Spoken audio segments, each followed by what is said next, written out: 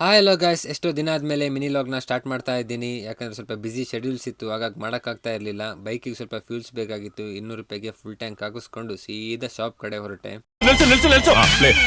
200 ರೂಪಾಯಿಗೆ full tank ಹಾಕಿಸ್ಕೊಂಡು ಸೀದಾ shop ಕಡೆ ಹೊರಟೆ.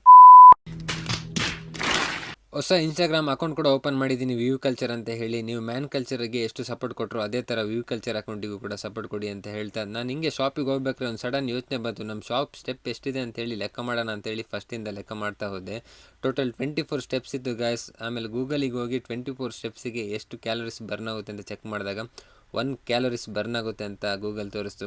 ಆದರೂ ಬಿಡಿ, ಡೈಲಿ ಹತ್ತು ಇಳಿದು 1 ಕ್ಯಾಲರೀಸ್ ಆದರೂ ಅನ್ಎಕ್ಸ್ಪೆಕ್ಟೆಡ್ ಬರ್ನ್ ಆಗುತ್ತಲ್ಲ ಅಂತ ಹೇಳ್ತಾ ಸೀದಾ ಶಾಪಿಗೆ ಹೊರಟೆ. ಶಾಪಿಗೆ ವಿಸಿಟ್ ಕೊಡ್ತಾ ಇರಬೇಕಾದ್ರೆ ಆಫೀಸಿಂದ ಕಾಲ್ ಬಂತು, ಪಾರ್ಸಲ್ ಬಂದಿದೆ ಅಂತ ಹೇಳಿ. ಆಟೋನ ಕಳಿಸಿ ಪಾರ್ಸಲ್ನೆಲ್ಲ ಅನ್ಲೋಡ್ ಮಾಡಿಸಿದ್ವಿ. ಪಾರ್ಸಲ್ ಒಳಗೆ ಏನಿತ್ತು ಅಂತ ಹೇಳಿದರೆ ಶಾಪ್ ಇದು ಕ್ಯಾರಿ ಬ್ಯಾಗ್ ಇತ್ತು.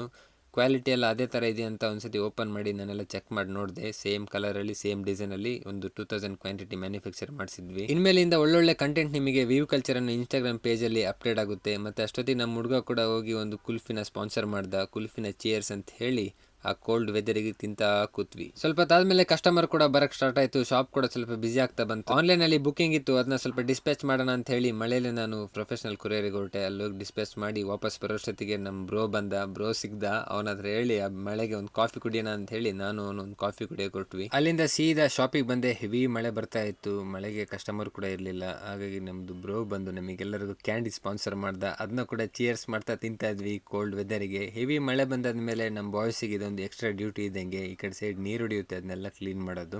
ಇನ್ನು ಮುಂದೆ ಒಳ್ಳೊಳ್ಳೆ ಕಂಟೆಂಟ್ ಬಂದು ವ್ಯೂ ಕಲ್ಚರ್ ಅನ್ನು ಇನ್ಸ್ಟಾಗ್ರಾಮ್ ಪೇಜಲ್ಲಿ ಬರುತ್ತೆ. ಈ ಪೇಜ್ನ ಫಾಲೋ ಮಾಡಿ, ಸಪೋರ್ಟ್ ಮಾಡಿ. ಒಳ್ಳೊಳ್ಳೆ ಕಂಟೆಂಟ್ ಕೊಡೋಕ್ಕೆ ನಾನು ಕೂಡ ಟ್ರೈ ಮಾಡ್ತೀನಿ. ಯಾರ್ಯಾರು ಇನ್ನು ವ್ಯೂ ಕಲ್ಚರ್ ಅನ್ನು ಇನ್ಸ್ಟಾಗ್ರಾಮ್ ಪೇಜ್ನ ಫಾಲೋ ಮಾಡಿಲ್ಲ, ಫಾಲೋ ಮಾಡಿ ಅಂತ ಹೇಳ್ತಾ ಟಾಟಾ, ಬಾಯ್ ಬಾಯ್.